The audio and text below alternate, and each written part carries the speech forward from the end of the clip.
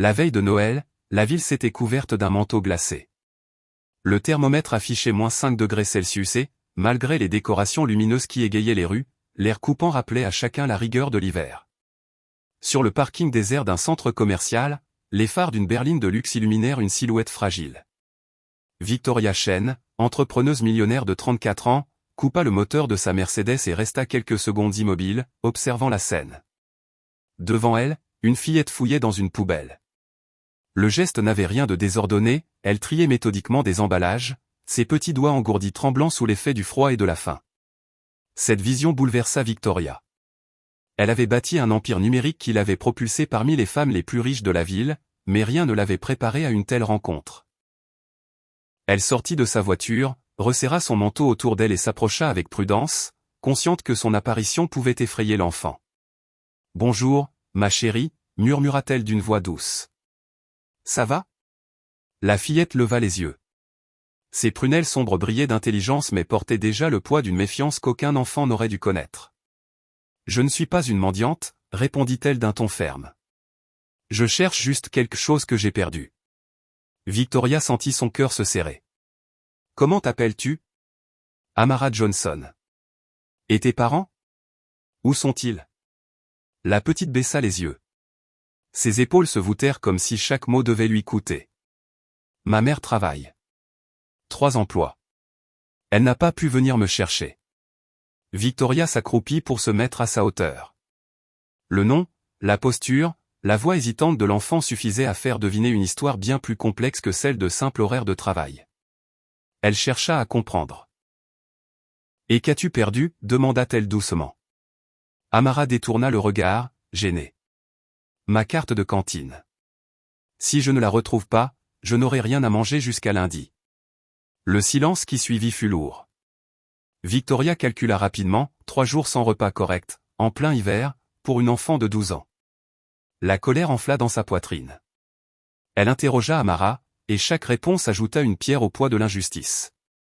Sa mère, Jennifer, enchaînait les heures au McDonald's, au service de ménage d'un hôpital et dans un restaurant du centre-ville. Pourtant, malgré ses sacrifices, sa fille se retrouvait à chercher de quoi subsister dans une poubelle la veille de Noël. Victoria connaissait le nom de l'école d'Amara, Riverside. Elle y avait déjà proposé une donation généreuse pour améliorer le programme alimentaire, mais la directrice, Rebecca Walsh, l'avait refusé sèchement, affirmant que l'établissement n'avait pas besoin de la « charité des nouveaux riches ». Aujourd'hui, elle comprenait que derrière ce refus se cachait un mépris bien plus profond. « Et cette directrice, comment s'appelle-t-elle » demanda Victoria, bien qu'elle en connaisse déjà la réponse. « Madame Walsh », murmura Amara. « Elle ne m'aime pas beaucoup. » Ces mots frappèrent Victoria comme une gifle. L'enfant expliqua que chaque fois que sa mère arrivait en retard, on la renvoyait sèchement, parfois accompagnée d'un appel aux services sociaux. Les autres élèves, issus de familles plus aisées, bénéficiaient d'une patience infinie. Amara, elle, était traitée comme un problème à écarter. Victoria sentit remonter en elle une colère ancienne. Elle se rappela ses propres années d'étudiante, unique jeune femme asiatique dans un cours de programmation où on lui répétait sans cesse qu'elle n'avait pas sa place. Mais à la différence de l'adolescente d'alors, la Victoria adulte possédait désormais les moyens de se battre. Elle posa une main légère sur l'épaule de la fillette. « Viens avec moi, Amara. Ce soir, tu ne rentreras pas seule. » 20 minutes plus tard, Amara était assise dans la cuisine spacieuse de l'appartement de Victoria, devant une assiette de lasagne fumante. Elle mangeait avec l'appétit fébrile de quelqu'un qui n'avait pas connu de repas complet depuis trop longtemps. Victoria, silencieuse, observait chaque bouchée et se demandait comment une telle absurdité avait pu devenir réalité. « Amara, dit-elle enfin, combien de fois Madame Walsh t'a-t-elle renvoyé à cause du retard de ta mère ?» La fillette leva les yeux, hésitante. « Environ 6 fois ce semestre. Et, elle appelle toujours les services sociaux. Elle dit que ma mère me néglige. Mais ce n'est pas vrai. Elle travaille très dur. » Victoria prit une inspiration profonde. Elle savait qu'elle venait de poser le pied sur un terrain bien plus vaste qu'un simple problème scolaire. Derrière la faim d'Amara se cachait un système corrompu, fondé sur les préjugés et l'humiliation. Et cette fois, elle ne détournerait pas le regard. La nuit avançait, et l'appartement de Victoria baignait dans une lumière tamisée. Amara, rassasiée pour la première fois depuis des jours, dessinait distraitement sur un coin de la table. Victoria, elle, avait allumé son ordinateur portable. Chaque frappe sur le clavier résonnait comme une promesse de vérité à dévoiler. Les informations s'accumulaient rapidement. Rebecca Walsh, 48 ans, directrice de l'école primaire Riverside depuis 12 ans, touchait un salaire confortable de $90 000 annuels. Mais ce qui attira surtout l'attention de Victoria, ce furent 3 procès pour discrimination intentés contre elle au cours des 5 dernières années. Tous avaient été classés sans suite. À mesure qu'elle creusait, un schéma inquiétant se dessinait, chaque plainte provenait de familles issues de minorités. Victoria sentit ses poings se refermer sur la table. La directrice qu'elle avait soupçonnée de simples préjugés entretenait en réalité un système beaucoup plus sombre. Derrière l'image d'une administratrice stricte se cachait un réseau de pratiques discriminatoires, conçues pour écarter les enfants jugés indésirables. Amara, demanda-t-elle doucement, connais-tu d'autres élèves qui ont eu des problèmes avec Madame Walsh? La fillette hésita, puis hocha la tête. Oui. Marcus Thompson, par exemple. Il était très fort en mathématiques, mais Madame Walsh a dit qu'il trichait parce que, les garçons comme lui ne pouvaient pas être bons en calcul. Elle l'a transféré dans la classe la plus faible. Elle marqua une pause avant d'ajouter. Et Sofia Rodriguez. Elle a été suspendue pour avoir parlé espagnol avec sa sœur pendant la récréation. Madame Walsh a dit qu'en Amérique, on ne parle qu'anglais. Chaque témoignage resserrait les taux autour de la vérité. Victoria voyait désormais l'ampleur du problème. Ce n'était pas seulement une directrice injuste, mais une institution qui laissait prospérer la discrimination. Soudain, le téléphone de Victoria vibra. Un numéro inconnu s'afficha. Elle décrocha. Madame Chen, dit une voix froide, ici Rebecca Walsh. J'ai appris que vous aviez une de nos élèves avec vous. Je vous demande de me la ramener immédiatement. Victoria échangea un regard avec Amara, qui blêmit en entendant la voix de sa directrice. Et comment avez-vous eu mon numéro? Demanda Victoria d'un ton mesuré. J'ai mes sources. La petite doit rentrer tout de suite, sinon je serai obligé d'alerter les autorités. Les mères célibataires comme vous devraient comprendre qu'il existe des protocoles. La remarque, chargée de mépris, fit monter une colère glaciale dans la poitrine de Victoria. Elle inspira profondément pour garder son calme. Intéressant, dit-elle posément. Dites-moi, Madame Walsh, quels sont ces protocoles qui laissent une enfant de 12 ans chercher de la nourriture dans des poubelles par une nuit de Noël? Un silence pesant suivit. La directrice reprit, sèche. Amara Johnson est une enfant à problème. Si vous inventez des histoires pour attirer l'attention, vous ne faites que confirmer mon opinion. Victoria serra les dents. Et quelle est donc cette opinion? Que des enfants comme elle ne s'intègrent pas ici. L'éducation n'est pas une question d'argent, c'est une question de valeurs, de tradition, de normes. Amara ferait mieux d'être transférée dans une école plus adaptée à son profil socio-économique. Chaque mot tombait comme une condamnation, et Amara, assise non loin, écoutait, les larmes aux yeux. Elle avait déjà intégré cette idée, qu'elle n'était pas assez bien pour fréquenter Riverside. Victoria, d'une voix glaciale, conclut l'échange. Je comprends votre position, Madame Walsh. Soyez certaine qu'Amara sera présente lundi matin à l'école. Parfait. J'espère que cela mettra fin à tout malentendu. Certaines personnes doivent savoir où est leur place. La ligne se coupa.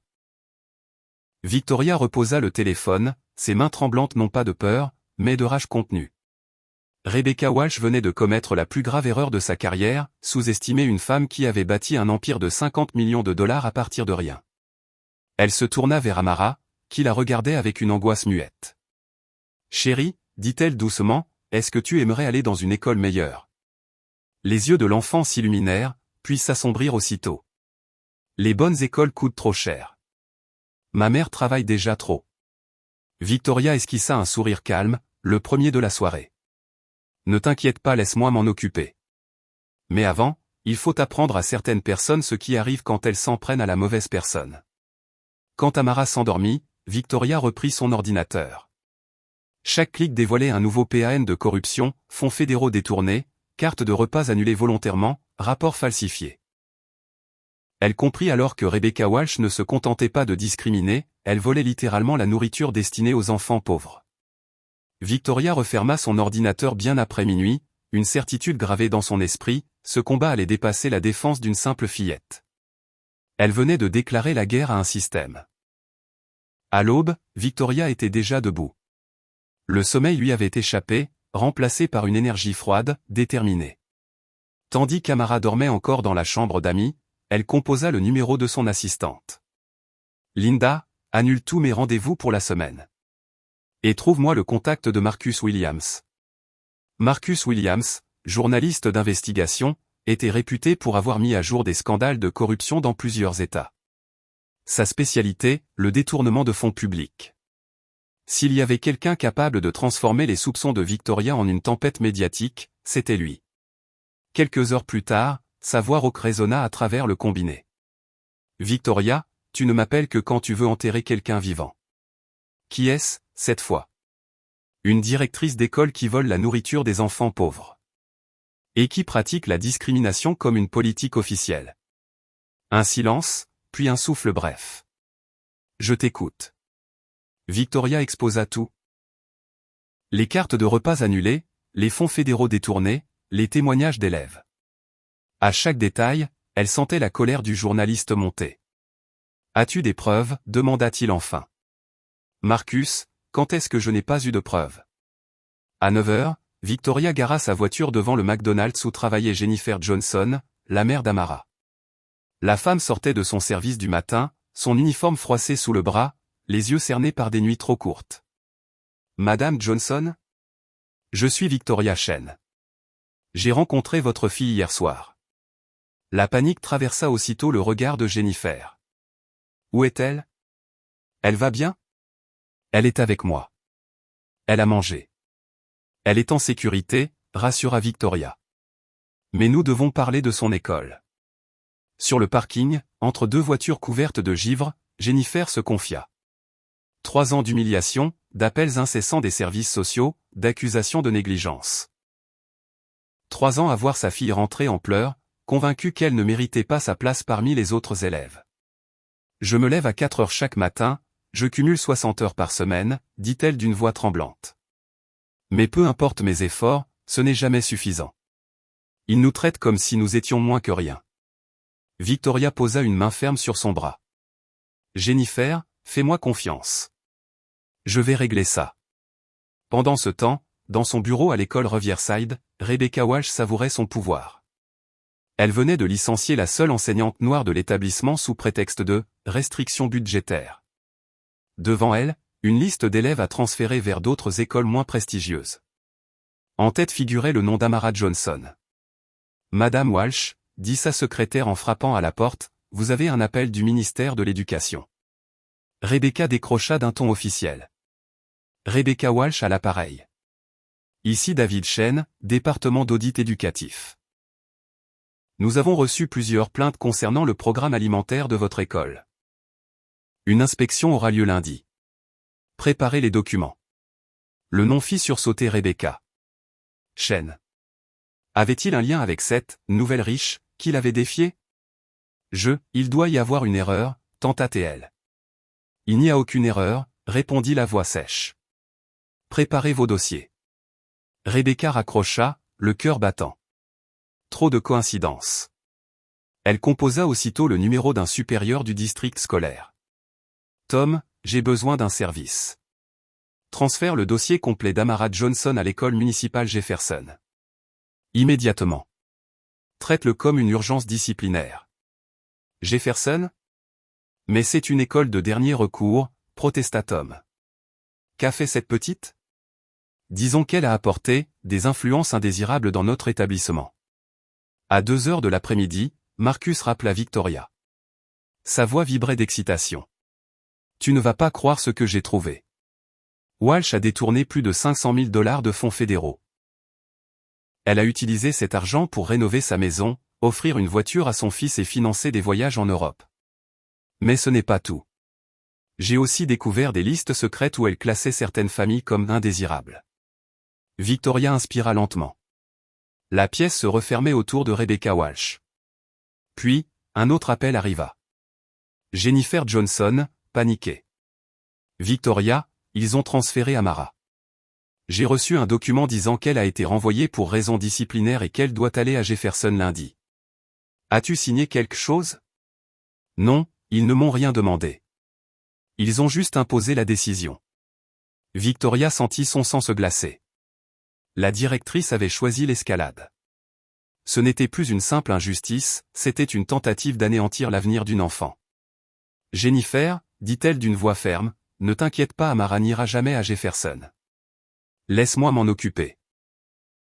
Ce soir-là, tandis qu'Amara dessinait paisiblement dans la cuisine, Victoria rouvrit son ordinateur.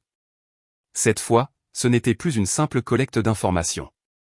Elle bâtissait un dossier, pièce par pièce, règlement interne, budget public, preuves de corruption, témoignages. Elle préparait une opération implacable. Car Rebecca Walsh ne savait pas encore qu'en s'en prenant à une enfant vulnérable, elle avait déclenché la guerre contre une femme capable de réduire des empires en poussière. Le lundi matin, l'air glacé de décembre enveloppait l'école Riverside. Rebecca Walsh traversa le hall avec l'assurance d'une femme persuadée d'avoir, encore une fois, étouffé la contestation. Elle avait passé le week-end à préparer le transfert d'Amara et à renforcer son récit d'autorité. La petite était, indisciplinée, sa mère, négligente. Mais en franchissant le seuil de son bureau, son sourire s'effaça. 3 hommes en costume l'attendaient. « Madame Walsh ?» annonça l'un d'eux en présentant un badge fédéral. « Nous sommes du FBI. Voici une assignation et un mandat de perquisition concernant vos programmes alimentaires des 5 dernières années. » Rebecca blêmit. Ses protestations se heurtèrent à la fermeté glaciale des agents. Ses ordinateurs furent saisis, ses dossiers empilés dans des caisses. Le téléphone sonna, elle décrocha précipitamment, c'était son supérieur, Tom, affolé. Rebecca, le Washington Herald a publié un article en première page. Ton nom est partout. Détournement de fonds, discrimination raciale. Tu es fini.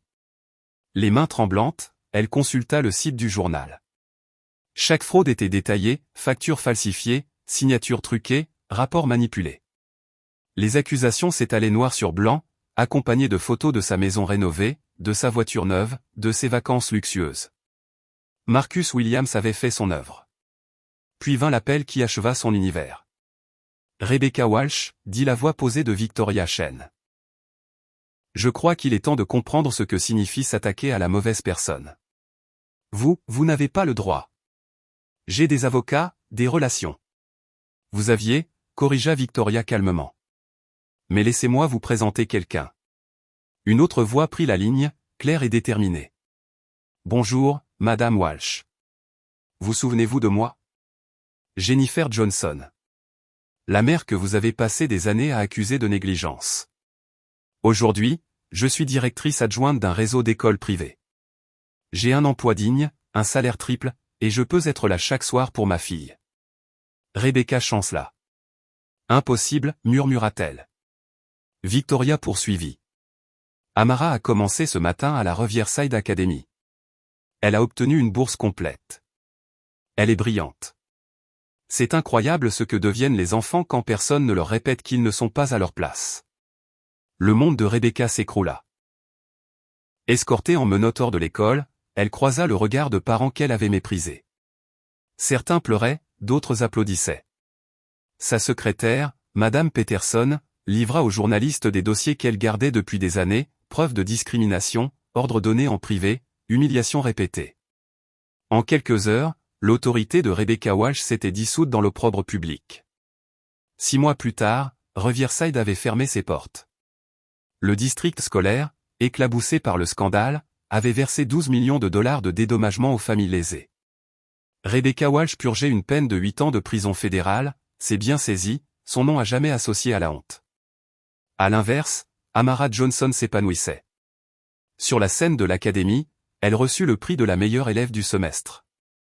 Sa mère Jennifer, désormais épanouie dans sa nouvelle fonction, l'applaudissait les larmes aux yeux. Dans l'ombre du fond de la salle, Victoria observait, le cœur apaisé. La fondation Shane Johnson venait d'être créée. Grâce à elle, 43 enfants issus de familles modestes avaient déjà obtenu des bourses complètes. Tous partageaient la même histoire, rejetés par des institutions injustes, ils trouvaient désormais une place où grandir. Un journaliste demanda à Victoria ce qui l'avait poussé à agir. Elle répondit simplement. La meilleure vengeance n'est pas de détruire ceux qui nous font du mal. C'est de bâtir quelque chose d'assez fort pour que l'injustice ne puisse plus se reproduire. Ce soir-là, alors que les applaudissements résonnaient encore, Amara se retourna et croisa le regard de Victoria. Dans ce simple échange silencieux se lisait une promesse, plus jamais elle n'aurait à fouiller dans une poubelle pour survivre. Car l'histoire de cette froide nuit de Noël ne s'était pas arrêtée à la chute d'une directrice corrompue. Elle avait déclenché un mouvement, une révolution discrète mais implacable, née de la rencontre entre une enfant affamée et une femme décidée à ne plus jamais laisser triompher l'injustice.